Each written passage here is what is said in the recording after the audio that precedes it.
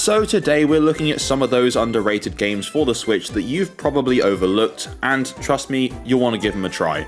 So without further ado, welcome to the underrated Nintendo Switch games that you need to play. So let's start off with a couple of launch titles. So first of all, we have Snipperclips. This game released alongside the Nintendo Switch of March 2017 and was developed by SFB Games, being published by Nintendo themselves. And later that same year, Snipperclips Plus would release in November. This would feature expanded content which would be released separately as DLC on the eStore. So what is Snipperclips? Well, you and a friend play as these cute paper characters who have to cut each other into shapes to solve puzzles. Yes, I know it sounds weird, but it's incredibly creative and it will test your communication skills. You and a friend play as the two main characters, aptly titled Snip and Clip, and will be solving a variety of puzzles basically using scissors. Basically, this game can be couples therapy with scissors. There is also a mode with up to 4 players. As I mentioned, Snipperclips was a launch title, which means it launched on the same day as the legendary Breath of the Wild, which is probably why this one isn't talked about so much. But I'm a sucker for local co-op and I will die on the local co-op hill, and this is one of those games that's perfect for it. It's charming, the soundtrack goes hard, the visuals are really nice, and it's a lot of fun to pick up and play with friends. The game would also go on to review incredibly well, with a 84 out of 100 score on Metacritic and an 8 out of 10 user score. Now unfortunately I wasn't able to find a complete sales total for this game because it did start live just on the eStore. It wasn't until November when it got a physical release, and apparently, as per VG charts, this sold about 100,000 units. Anyway, I could not recommend this game enough if you and your friends want to have a laugh, so if you haven't played it yet, go and pick it up.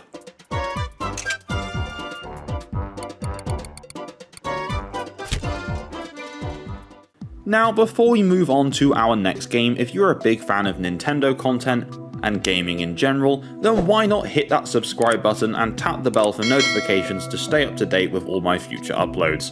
And if you want to be the first to know about future uploads and upcoming events on the channel, then join my Discord server in the description below. Anyway, that's enough plugging the channel, let's move on to our second underrated launch title. So, do you guys remember F-Zero? Well, if you do, you know that Nintendo sure doesn't. And yes, I know F-Zero 99 would come out for the Switch eventually. Anyway, allow me to introduce to you Fast RMX. Developed and published by Shinen Multimedia, this released again alongside the Switch in March 2017. It's the third entry in the Fast series, not to be confused with the Fast and Furious series. If you've ever played an F-Zero game or a Wipeout game, then you'll be very familiar with what Fast RMX has to offer. Very high-speed racing, very cool tracks, and a lot of fun. It is a blisteringly fast, futuristic racer that looks and feels amazing, especially considering it was a launch title. It has really nice visuals, very challenging tracks, and that satisfying boost mechanic where you switch colours to match energy strips. As well as just being an incredibly competent racer, the game fully supported all the new unique control options of the Switch, such as HD Rumble, motion controls, single Joy-Con play, and the new at the time Switch Pro controller.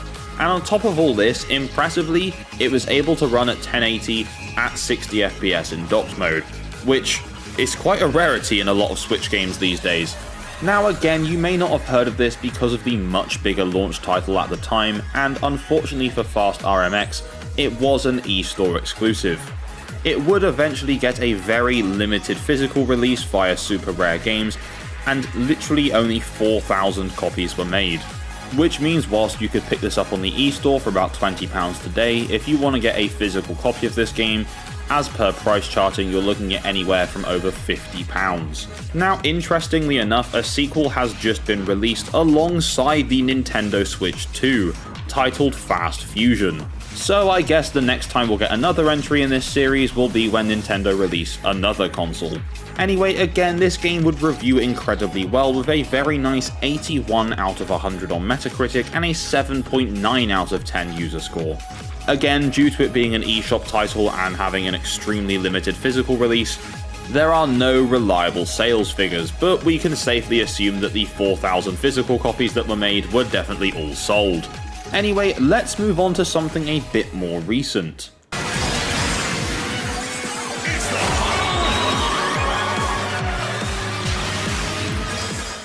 So, kind of just announcing it out of nowhere in July of last year, we got Nintendo World Championships NES Edition, which was kind of a follow-up to the NES Remix series that released along the Wii U and 3DS lines, albeit maybe not quite as good. Anyway, Nintendo World Championships is basically a speedrunner's dream. It has a bunch of different speedrunning challenges from a variety of classic games such as Balloon Fight, Donkey Kong, Excite Bike, a few different Mario Bros, Kirby, Kid Icarus, so on and so forth.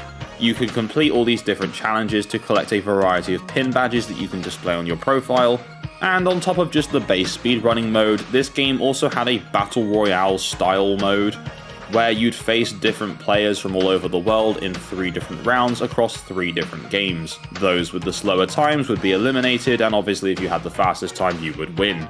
There is also a party mode where up to 8 players can join together in local multiplayer and compete for the fastest time. Now I will say that World Championships NES Edition is probably the most divisive game in this video, because not everyone was too impressed with this game because it lacked a lot of content that was in the NES Remix series on the consoles prior to this. And whilst I haven't poured hours and hours and hours into this game, I always find it fun to just pop it on for half an hour or an hour at a time, just every now and then, just to try speedrunning a different game. Am I good at it? No, not really, but that's not going to stop me from trying. So whilst the game is primarily sold digitally, there was a physical deluxe edition that was sold on the Nintendo website. And I will admit, I was one of the people that bought this physical edition, and oh my god, it's so nice, it's so cool. Anyway, physical gaming glazing aside, this game wouldn't review quite as well as the 2 previous games in this video, with a 73 out of 100 on Metacritic. The game also holds a lower user score with a 6.4 out of 10. Personally, I would like to see this game receive more content, but I can't see that happening anytime soon. However, it's still super fun to put on with some friends, and that's why I would recommend this game. So our next underrated game is Time UFO. This was developed by HAL Laboratory, yes, the guys behind Kirby, and would be published by Nintendo. This released in October of 2020. It would be released on iOS and Android across November 2017 to February 2018, depending on where you were in the world. But the version on Switch is an expanded port with many new features, so we'll be disregarding those mobile versions today. So this is a nice little game where you play as a UFO doing odd jobs such as stacking food, moving crates, helping cheerleaders build pyramids, all using your little claw that's fun, but also surprisingly skill-based. Once you finish stacking objects, you then have to let them sit there for 5 seconds to make sure that your tower of stuff does not collapse. You play as the UFO named Jobski. So this game features a variety of levels, and you can also get a variety of different costumes which give Jobski different abilities. And one really cool thing is that there's a costume based on QB from the Box Boy series. Fucking love Box Boy. The Switch version would add a Treasure Island mode where you can explore an ancient ruin and try and retrieve all the treasure contained within a certain time limit. And there's also a Tower of Infinity mode where you have to constantly stack new items and keep going until the tower collapses. There are also some additional jobs added to the main game, and you could also play with a friend with 2-player co-op. The game would be received very positively with a 78 out of 100 Metascore and an 8 out of 10 user score. Personally, I think this is one of the most underrated eStore games to ever release, especially considering it's come to us from HAL Laboratory. If you haven't played this game yet, please go and play it, pick it up and play with a friend. It's not too expensive on the eShop, and it works on Switch too as well.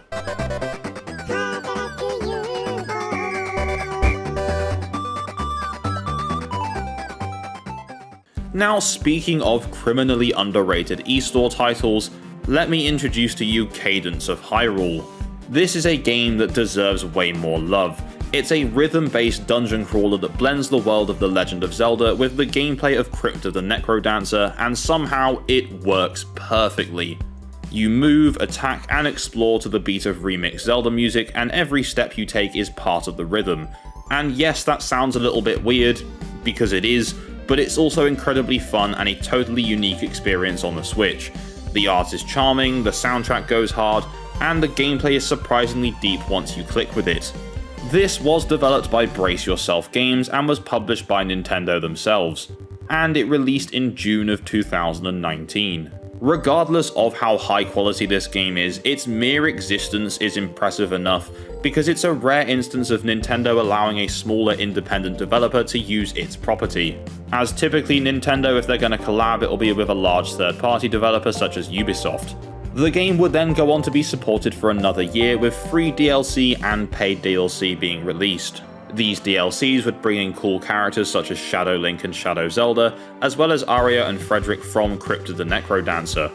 Eventually, once all the DLC was released, a physical version of the game that included all the DLC was released in October of 2020. Crypt of the Necrodancer by itself is a very decent game that you should check out, but if you're a big fan of Nintendo, Cadence of Hyrule is a must-play. Again, this can also be played on the Nintendo Switch too, and you should definitely check this one out for yourself.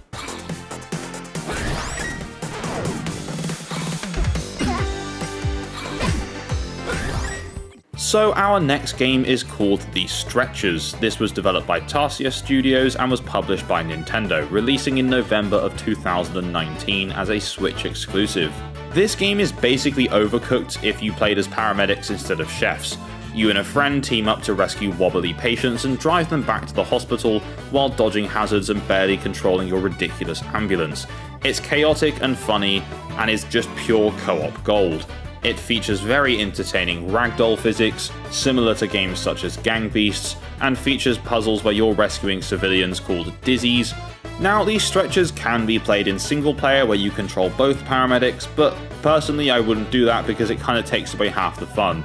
Definitely play this in 2-player co-op where you control a medic each. Much more chaotic, much more entertaining.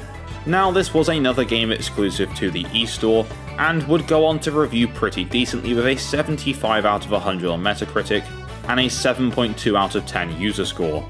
It's certainly not the greatest game to ever release on the Switch, but it's certainly a lot of fun to pick up and play with a friend.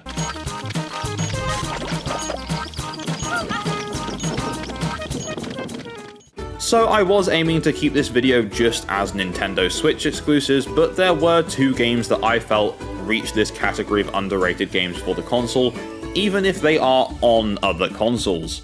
So the first 2 of these is Yooka-Laylee and The Impossible Lair. Now, you may remember all the way back in 2017, a little game titled Yooka-Laylee launched as a spiritual successor to Banjo-Kazooie, developed by Playtonic Games, a company that featured a variety of different developers that worked at Rare on games like Banjo-Kazooie and Donkey Kong Country. Well, a couple of years after this, it got a spin-off, which was a 2D platformer titled Yooka-Laylee and The Impossible Lair.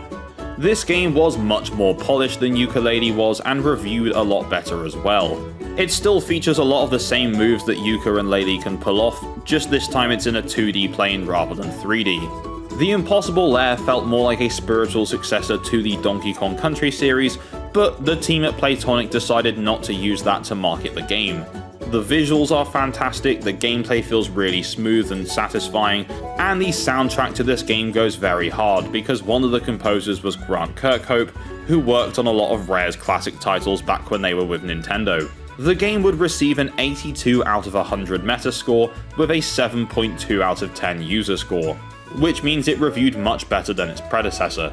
Now, very soon the Yooka-Laylee series is actually continuing with Yooka-Laylee, which is a remake of the original game, where all the problems have been ironed out and just looks so much nicer. Thankfully, I don't think we're gonna need a Yooka-Laylee and the slightly more impossible Lair, because this game is already spot on as it is. There's nothing that really needs to change.